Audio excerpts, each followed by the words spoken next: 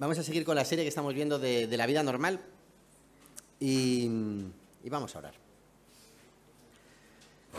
Padre, muchas gracias, como decíamos antes, por la Biblia.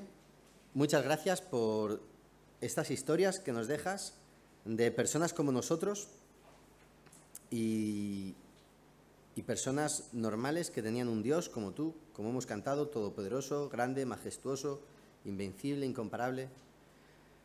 Gracias, Señor Dios, por la creación impresionante que has hecho y gracias por las personas. Y gracias por las personas que estamos aquí. Gracias por el Espíritu Santo que has derramado en nuestros corazones, por el amor que has puesto entre nosotros y pedirte que tú nos des un corazón humilde para aprender de ti. Muchas gracias, Señor. Amén.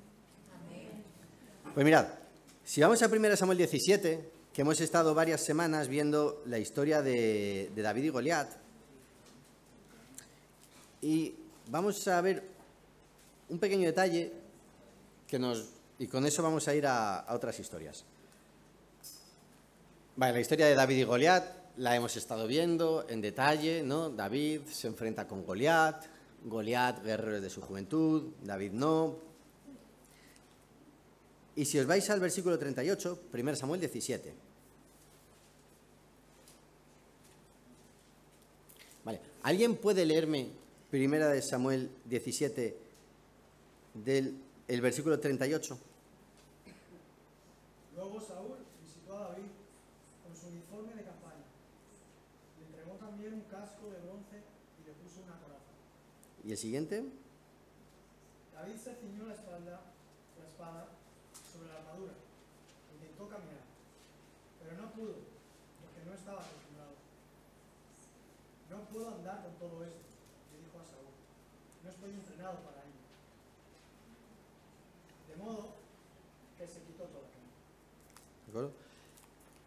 David habla con el rey para poder enfrentarse al paladín, al guerrero del otro ejército, para poder hacer el chocolate a la taza con Goliat. Entonces se necesita el permiso de Saúl, ¿no? Entonces Saúl, vale, venga, pues nada, vamos con ello, pero Saúl le ofrece su armadura. David se la pone, bueno, vamos a hacer la prueba. Ahora, una armadura, pues evidentemente es como una ropa, pero metálica, ¿no? Aunque la hagan con laminitas para que tenga movimiento. Entonces eso, si no sabes usarlo, pues no sabe usarlo. David no era soldado, David no estaba curtido en ninguna batalla y David no sabe usar estas cosas. Y David sencillamente se lo quita. Vale, la pregunta que yo tengo es, ¿por qué rechaza David? Y ahí me gustaría que me dijerais, ¿por qué rechaza David la armadura? ¿Por qué pensáis? Porque le podía pesar mucho, podía caminar, porque no le servía. En vez de ayudarle, le estorbaba. ¿Pensáis que le quedaría de su talla o quizá le quedaría un poquito grande o pequeña? ¿Por qué? Porque Saúl, ¿cómo era Saúl? Saúl, ¿ves? Dice que de hombros arriba no había otro en Israel. O sea, que Saúl era un pedazo de maromo. Y David, pues no sabemos, nos dice que era joven, tampoco nos dice que sea un canijo, pero tampoco nos dice que David sea Sabonis, ¿no? O Dueñas, no es un 2 metros 10. Posiblemente la armadura encima le quedaría grande. Entonces ya si encima te pones el casco y te baila, pues ya lo que te faltaba. ¿Pensáis que era pecado lo de la armadura de David, de Saúl? Esta ya es más... Ahí. Sí, quiere decir que sería pecado ponerse la armadura de Saúl, porque oye, una falta de fe, oye, Dios te manda ahí, entonces tú te estás poniendo la armadura de Saúl.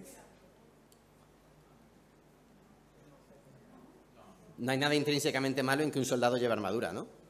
Vale, quería ver si estábamos de acuerdo en eso, porque podría ser, a veces podemos ser tan espirituales, ¿no? Que podemos ser más espirituales que Dios, y entonces flotar sobre el cielo y decir no, porque es que claro, si Dios le manda y si con el oso y el león iba a pelo, pues aquí también a pelo, y cualquier otra cosa es una falta de fe. A ver, espera, tampoco vamos a ver, que un soldado lleve una armadura, pues tampoco, pues yo qué sé, pues como si eres periodista y llevas un micrófono, pues tampoco pasa nada, ¿no? O sea, parece como bastante convencional. Y de hecho David se la aprueba. Hay una cosa interesante. Cuando decimos, ¿era pecado? No, porque de hecho se la aprobó. Bueno, espera, en la Biblia siempre cuando veamos a alguien hacer algo, nunca asumamos que porque lo ha hecho está bien o porque lo haya hecho esté mal. Que a veces los buenos hacen cosas malas y a veces los malos hacen cosas buenas. Entonces, ahí tiene su intríngulis definir en estas historias, ¿no? Y en estas narrativas, decir, a ver, ¿cuánto de esto estaba bien y cuánto mal? Entonces tenemos que coger el resto de la Biblia. No parece que haya nada especialmente malo, pero como decíais, estorba. No le ayuda. ¿Os acordáis? Todo me es lícito, todo me está permitido. Bueno, espera, pero una cosa es que todo me esté permitido y otra cosa es que todo me ayude.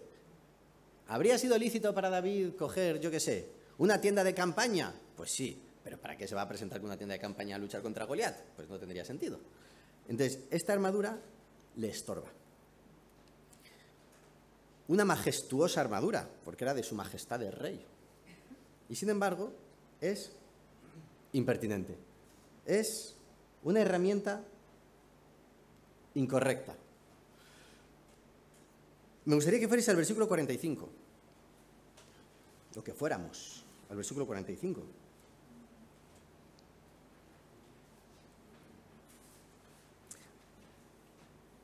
La herramienta no era inapropiada en un sentido, y yo me imagino que cuando luego David, en sus muchas batallas posteriores, seguramente iría armado con armadura y llevaría sus espadas. Incluso hay una ocasión en que no tiene otra armadura disponible y entonces le dan la espada de Goliat para cierta misión. Bueno, pues ya está, pues ningún problema. Pero en ese momento a David no le era oportuna. Bueno, pues no vamos a intentar coger herramientas simplemente porque pueda quedar bien o porque sea apropiado. O ¿cómo no va a ir un soldado con armadura a la batalla? Bueno, pues a lo mejor no tiene por qué ir con armadura. Vamos al versículo 45. ¿Alguien me lo puede leer, por favor? Entonces dijo David al filisteo: tú vienes a mí con espada y lanza de jabalina, mas yo vengo a ti en el nombre de Jehová de los ejércitos, el Dios de los escuadrones de Israel, a quien tú has provocado. ¿De acuerdo? ¿Me puedes pasar la diapositiva, por favor?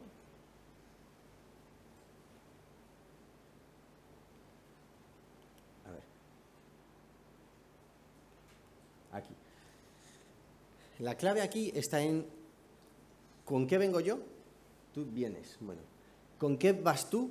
¿Con qué voy? Aquí, en el enfrentamiento entre David y Goliat, uno va confiando en su fuerza y le maldice por sus dioses, otro va confiando en la fuerza de Dios. Eso ya lo hemos visto, ¿no? En esta balanza de si es Dios el que me va a dar la victoria, ¿dónde queda la armadura? Pues la armadura, pues si es útil, pues bien, usará. Y si no te es útil, estorba. Me gustaría que fuéramos a 1 Corintios. Es decir, las herramientas no son ni buenas ni malas. Las herramientas son herramientas. ¿Te encaja? Bien. ¿Te estorba? Hombre, pues entonces posiblemente no. Ahora, ¿qué herramientas estamos utilizando en nuestra vida y en qué herramientas estamos depositando el éxito de nuestras empresas, o de nuestros asuntos, o de nuestra vida? Vamos a 1 Corintios. Y en el capítulo 2,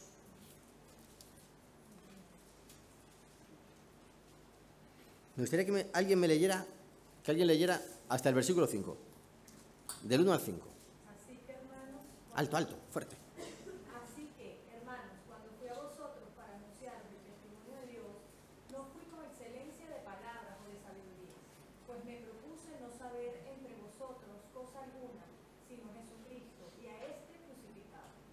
Y estuve entre vosotros con debilidad y mucho temor y temblor. Y ni mi palabra ni mi predicación fue con palabras persuasivas de humana sabiduría, sino con demostración del Espíritu y de poder, para que vuestra fe no esté fundada en la sabiduría de los hombres, sino en el poder de Dios. ¿Lo hemos entendido? Pablo está recapitulando sobre cuando él fue a Corinto y dice, yo no he ido con excelencia de palabras, no he ido con una elocuencia, con una sabiduría, no he ido demostrando todo lo que sé. ¿Recordáis que Pablo era un hombre muy culto? Nos comentaba Rafa cuando en el sermón sobre Hechos de cuando Pablo fue al Areópago y Pablo era un hombre muy culto.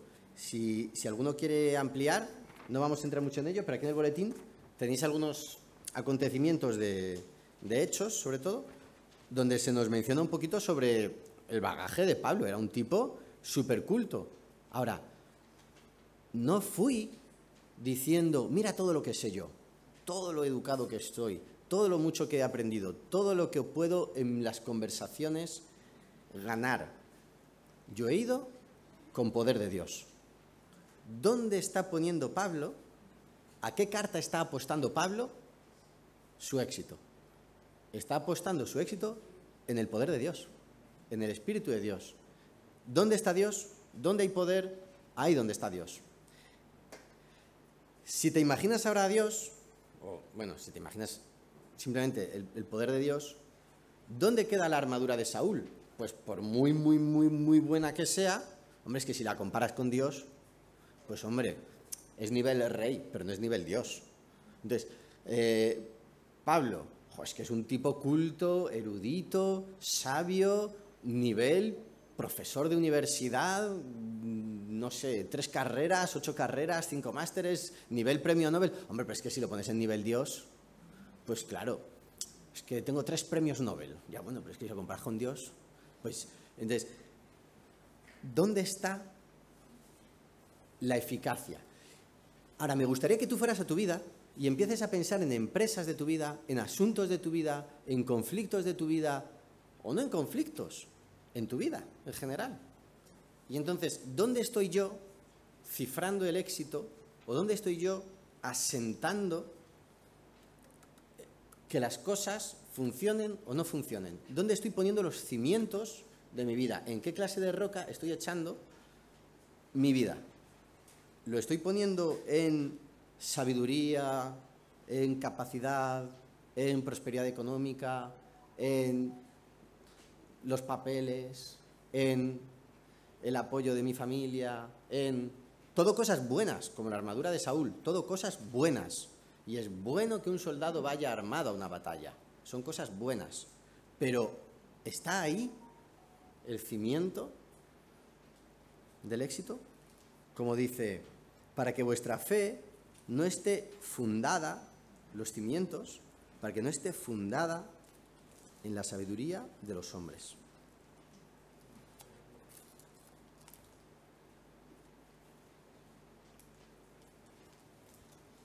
Hoy ya ves, Señor nuestro, cuán glorioso es tu nombre en toda la tierra. Has puesto tu gloria sobre los cielos, nivel Dios. De la boca de los niños y de los de teta fundaste la fortaleza. ¿Dónde echaste los cimientos del poder? Es que cuando tú eres Dios, puedes echar la fuerza donde tú quieras, porque para eso estás por encima de todo. Entonces, a veces, creo que en nuestra vida nos empeñamos en utilizar herramientas que nos quedan grandes. Y efectivamente pueden quedarme grandes. El otro día una persona que decía, es que al final no pude, bueno, quería estudiar, quería ciertas cosas, y al final, de algún modo, y si he puesto sobre mi vida una expectativa de una cosa que me queda grande, pero que no me la ha puesto Dios, sino que es una expectativa que me he puesto yo o que me ha puesto el entorno. Porque ¿cómo no va a ir un soldado armado? Y aquí cuidado como iglesia, porque como iglesia, ¿vale?, nosotros defendemos una relación con Dios, ¿no?, y que cada uno estamos en contacto con Dios, pero inevitablemente, como somos muchos, que queremos cosas parecidas, lo mismo, y con sutiles matices quizá en algunas cosas, también tenemos unas liturgias, también tenemos unas formas de hacer, ¿no?, también tenemos una religión, por así decir, ¿no? Por ejemplo, yo sé, pues nuestra costumbre es que aquí uno se pone y habla. Pues a lo mejor tú podrías levantarte y decir, pues no estoy de acuerdo, hombre, pues no es, ¿no? Como que hay unas formas de hacer las cosas. Pues vamos a pasarlo la Santa Cena. Pues podríamos hacerlo de 1000 modos, lo vamos a hacer de un modo, ¿no? Tenemos ujieres, podríamos tener otra cosa. Quiere decir que hay cosas en que como grupo humano, inevitablemente, tenemos que hacer cosas y ahí a veces podemos generar expectativas, ¿no? Yo recuerdo cuando yo me convertí, el que predicaba tenía que llevar la Biblia al brazo, porque esto lo habéis visto, ¿verdad? O sea, ¿cómo va a ir el que predica sin la Biblia bajo el brazo? De hecho, yo creo que las hacían con canto dorado para que se notara.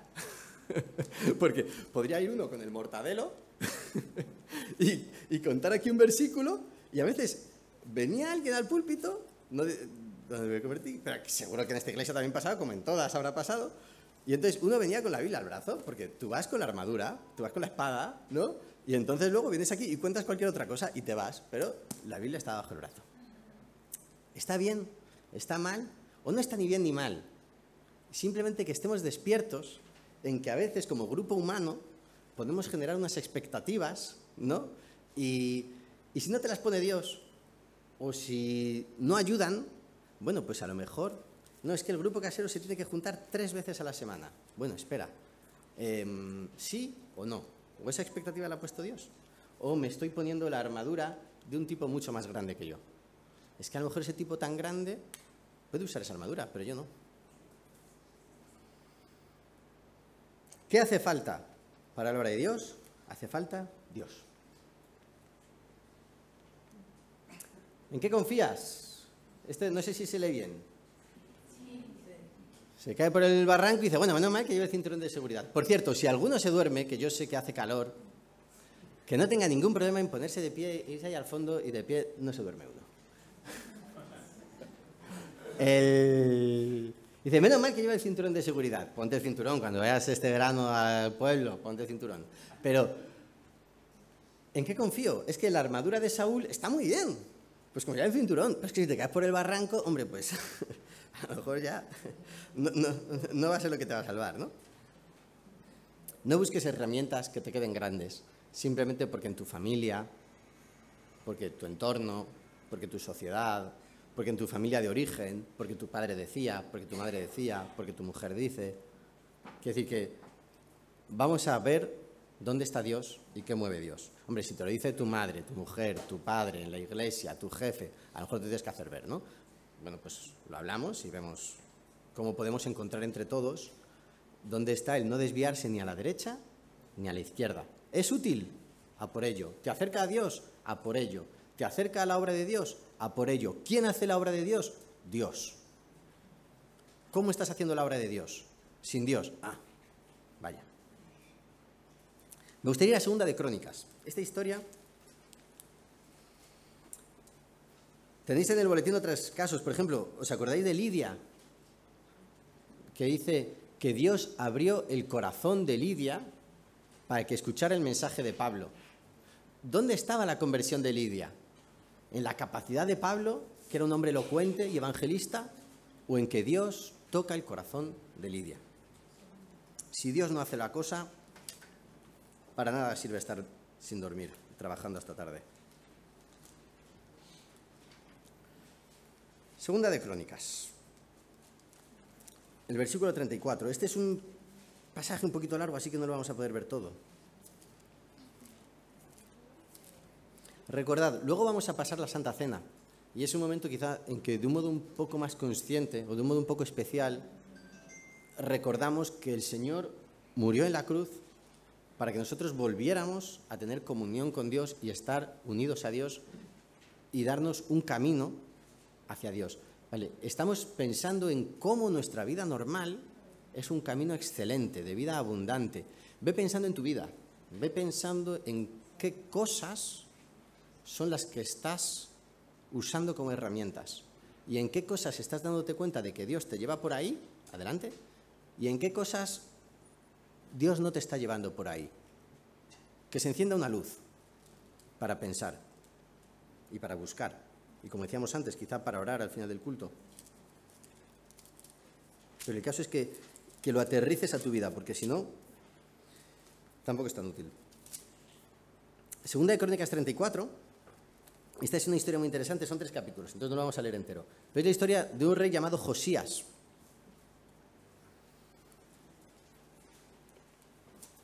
¿Lo tenéis? Vale, vamos a ir saltando. Y si queréis, en el boletín de este lado tenéis un poquito donde están los versículos. Si algo os llama la atención y queréis saltar ahí, podéis. Y luego os animo a que en casa lo leáis, porque son historias súper interesantes que tienen un montón de enseñanza. Y no quedarnos solo con lo que uno aquí selecciona para media hora. Dice 2 Crónicas 34. De 8 años era Josías cuando comenzó a reinar. 8 años tenía Josías. Vamos a pensar en niños de la iglesia que tengan 8 años.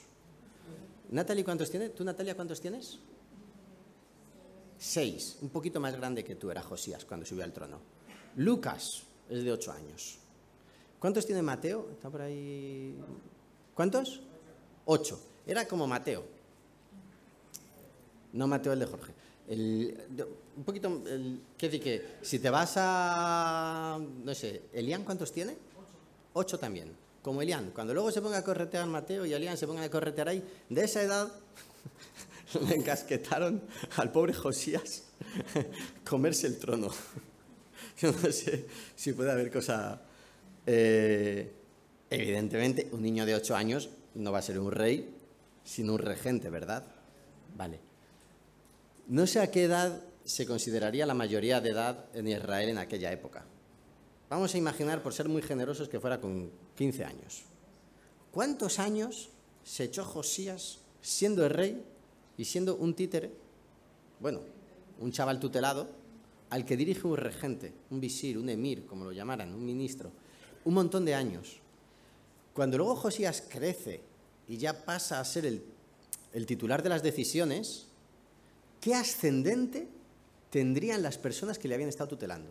Tú imagínate que has estado 8 o 10 años, y no cualquiera 8 o 10 años, porque no es como si yo te cojo a un tipo con 40 años y te pongo a 10 años trabajando con un jefe, pero tú ya estás hecho como hombre. Yo te cojo con 8 años, que no estás hecho en muchas cosas, tienes los cimientos, pero no estás hecho en muchas cosas, y te pongo 8 o 10 años con unos tutores. ¿Qué impacto tiene esos años? Ese chaval crece, ¿y qué ascendente tendrían sus tutores? ¿Qué capacidad tan fácil para seguir las inercias? Y yo no sé cómo debe ser dirigir un país, pero tiene que tener unos líos de inercias, de amigos, de enemigos, de como toques esto se enfadan estos, como toques esto se enfadan aquellos, como toques estos vienen los del sindicato este, los del templo, los de la otra religión. De 8 años era Josías cuando comenzó a reinar.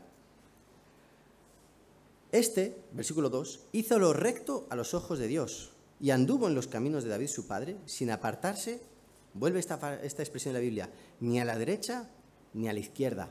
No te apartes, ni a la derecha ni a la izquierda. Y fijaos en el versículo 3, a los 8 años de su reinado, siendo aún muchacho, ¿vale? A los 8 años de su reinado, si empezó con 8, ¿cuántos tendría? 16. 16. ¿Quién tenemos en la iglesia que tenga 16? Tenemos a uno, JP, ¿tú cuántos tienes? 16. Vale, fijaos, este tenía como la edad de JP, ¿vale?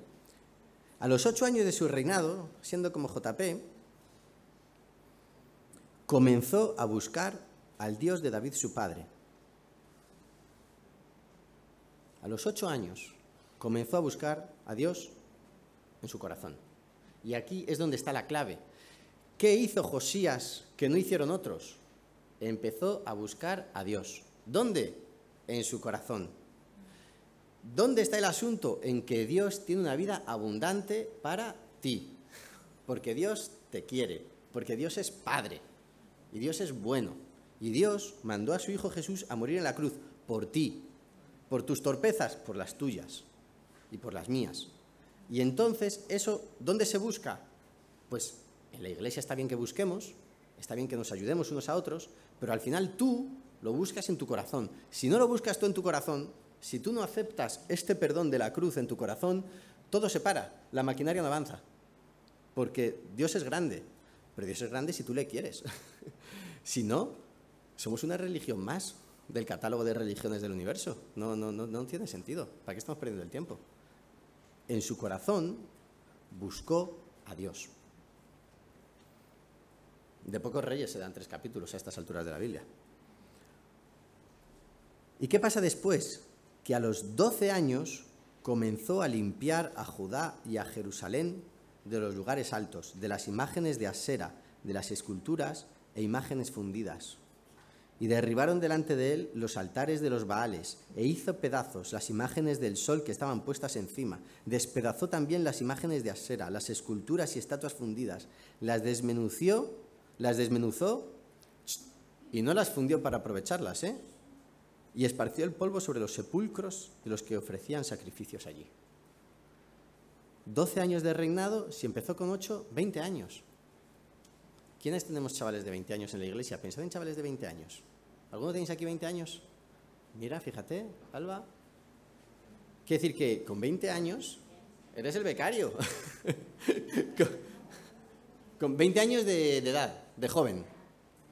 Es decir, con 20 añitos, Josías se enfrenta a los sacerdotes de Baal, de Asera, del sol, a desmenuzar, a profanar tumbas. Con 20 añitos, el becario, con una edad en que podía ser el becario, ahora, con 20 añitos, ya llevaba 4 buscando a Dios. Dios, a través de Josías, ya es ese Dios que hemos cantado, grande, majestuoso, todopoderoso. ¿Cómo de grande? Grandísimo. ¿Nivel qué? Nivel Dios. La armadura de Saúl, nivel rey. El poder de Dios en David, nivel Dios. La capacidad de Josías como rey, que podía ser listo, estudiado, culto, lo que quieras, nivel rey bueno. Buscando a Dios en su corazón y siguiendo lo que dice la Escritura, nivel Dios. Ahora, tú en tu vida, ¿dónde estás buscando a Dios? ¿En la iglesia o en tu corazón? Está muy bien que como iglesia te ayudemos y vamos a orar y vamos a buscar. ¿Y con qué tropiezas? Venga, vamos a ver con qué tropiezas, que igual yo tropiezo con lo mismo, o igual otro tropieza con lo mismo. Bueno, vamos a juntarnos, vamos a orar, vamos a celebrar, vamos a alabar, vamos a estudiar. Como decía antes Rafa de leer la Biblia, de estudiar la Biblia, vamos a estudiar juntos, vamos a aprender, vamos a animarnos, vamos a picarnos unos a otros. Venga, tú, ¿cómo lo estás haciendo? Pero al final, en última instancia, tú, en tu corazón, buscas a Dios. Si no estás dispuesto a eso, no hay negocio, estás perdiendo el tiempo.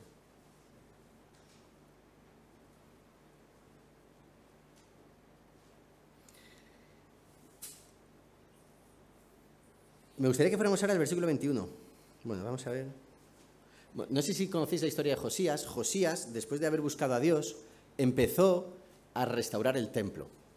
Y el templo, que todos los reyes malos anteriores habían ido dejando, que el templo de Dios se fuera deteriorando, se fuera estropeando, los edificios del templo necesitaban vigas, no se habían arreglado, pues todo eso había empezado a deteriorarse.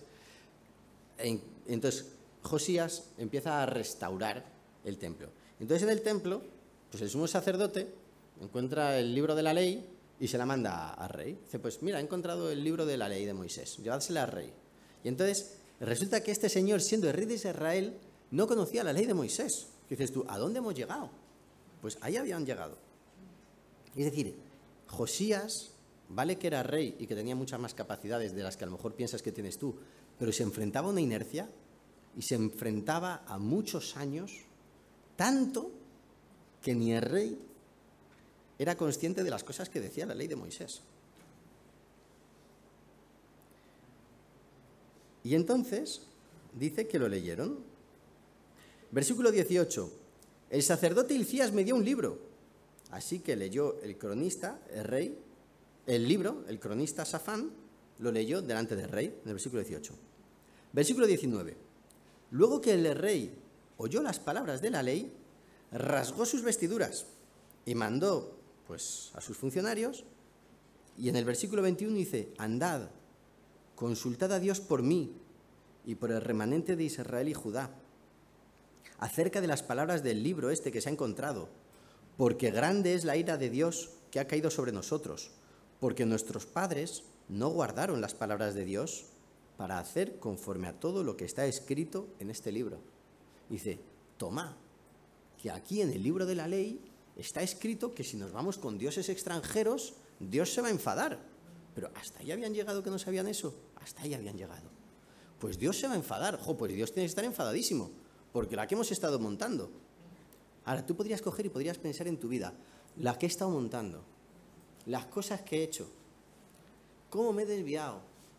Mi madre, tantos años de hacer mi vida, la he liado pollito. Tú podrías coger y decir, mi vida se ha ido ensuciando, se ha ido estropeando, se ha ido desviando. Este señor se encuentra con el libro de la ley y dice, lo hemos hecho muy, muy mal. ¿Cuál es la respuesta de Josías cuando descubre que lo han hecho muy, muy mal? ¿Qué hizo? ¿Qué mandó a sus funcionarios a hacer? Lo acabamos de leer. Volver a dejar la mirada al versículo 21. ¿Cómo empieza el versículo 21? ¿Qué le mandó a los funcionarios? ¿El qué? Dilo alto, dilo alto. Consultar a Dios. Lo he hecho muy mal. ¿Qué voy a hacer? Consultar a Dios. Esto es como si un niño o un joven o un chaval grande o, bueno, podría ser la ha liado y entonces tienes dos opciones. O si eres el becario y la has liado, tienes dos opciones: esconderlo y disimular o decirlo y que se destape. ¿Qué hay que hacer? Decirlo, ¿verdad? Para que se arregle. Que si la has liado, al menos dilo. Entonces, ¿qué hace Josías? La hemos liado. Vamos a buscar a Dios. Y entonces Dios da una respuesta. Y Dios le da una respuesta. Y dice, sí, la habéis liado. Porque a veces tenemos el perdón como algo barato y gratuito, ¿no? Dios perdona. Y Dios dice, no, la habéis liado. Y la habéis liado bien gorda. Y mi enfado es grandísimo. Y voy a destruir esta ciudad. Claro que la voy a destruir. Porque está escrito y lo voy a hacer. Ahora, como tú te has rasgado las vestiduras, como tú te has humillado, como tú me has buscado, como tú has llorado delante de mí, a ti te voy a dar misericordia. Y todo esto va a pasar y tú vas a morir en paz. Y tu reinado va a ser un reinado bueno. Ahora, mi enfado vendrá. Que si el siguiente hubiera hecho lo mismo que Josías, seguramente Dios, que es bueno, le habría dicho, pues mira, como tú te has humillado, a ti también te lo voy a perdonar. Y si el siguiente también, y podríamos haber estado hasta la noche de los tiempos, si cada uno se hubiera humillado delante de Dios y hubiera buscado a Dios en su corazón, ¿no creéis que Dios hubiera estado dispuesto a retrasar la pena una generación más? ¿Y a retrasar la pena una generación más? ¿Qué pasa? ¿Qué pasó con el siguiente? Que volvió otra vez a las andadas. ¿Y entonces qué dijo Dios? Pues mira, hasta aquí he llegado. Pues, ¿y cómo acabó Jerusalén? Pues en llamas.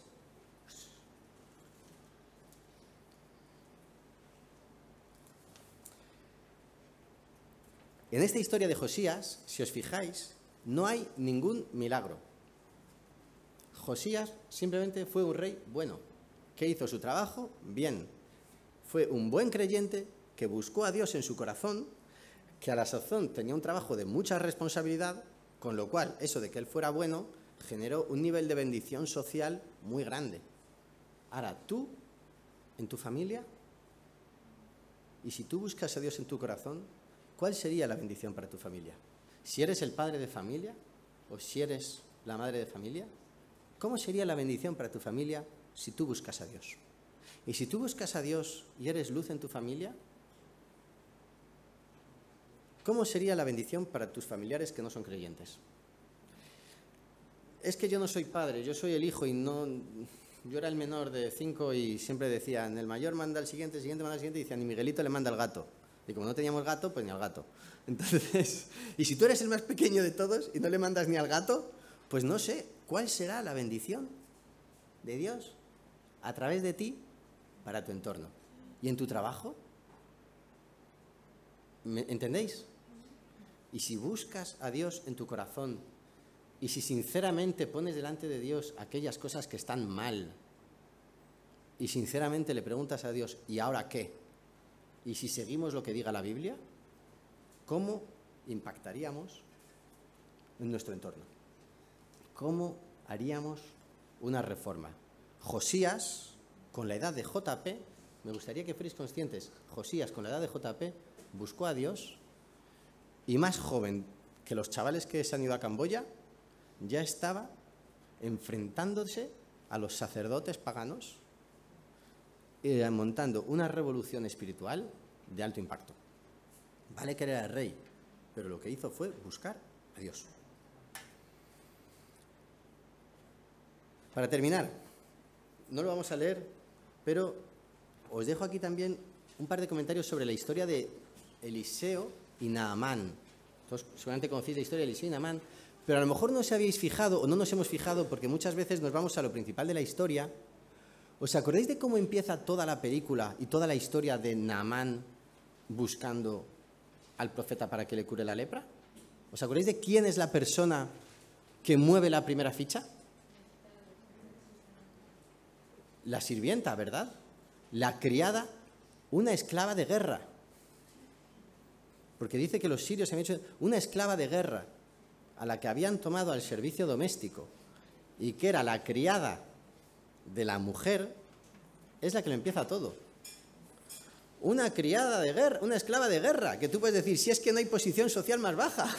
Hombre, pues todavía las hay más bajas, es cierto, porque puedes tener esclavos de guerra de muchos tipos, ¿no? Pero simplemente con su fe evidente, pues si es que si mi señor fuera a ver al profeta, el profeta le curaría, porque el profeta puede hacerlo todo, porque es el profeta de Dios. Podría ser que la mujer le hubiera dicho, anda, calla, ya estás con tus supersticiones. Pero la mujer le hace caso. Podría ser que cuando la mujer se le hubiera dicho a Naamán, Naamán le hubiera dicho, ya estás con tus cosas. Y encima, ¿quién te lo ha contado? ¿La esclava? Venga, hombre, un tío como yo. Pero es que podría ser que cuando Naamán se lo hubiera dicho a su señor, el rey le hubiera dicho, mira, Naamán, tú tienes muchas responsabilidades para irte de viaje ahora a Israel. Total, ¿para qué? ¿Para buscarte a un profeta de una religión extranjera? ¿No tenemos nosotros sacerdotes?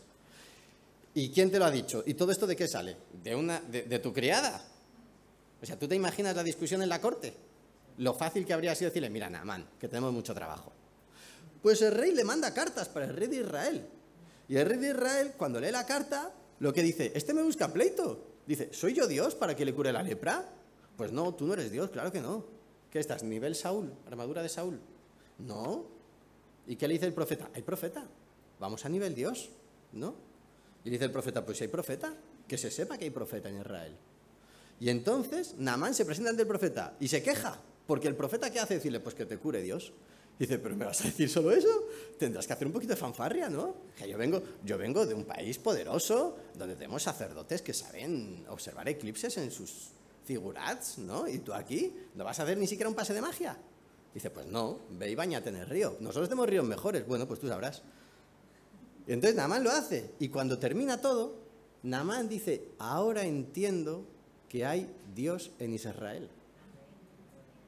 Que es que no se trata de la fanfarria, no se trata del espectáculo, no se trata de la religión, no se trata... Sencillamente es que hay un Dios en Israel. Y a través de una esclava de guerra origina algo que tiene un calado espiritual de mucha trascendencia. ¿Dónde está Dios? ¿Y qué quiere mover Dios? Y cuando pasemos ahora a la Santa Cena, me gustaría que pensaras en eso. ¿Dónde estás apostando el éxito de tu vida y de tus empresas? ¿Lo estás apostando en Dios o lo estás apostando en otro lado? Vamos a edificar sobre roca. Pues vamos a orar y después le voy a pedir a las personas que van a ayudar.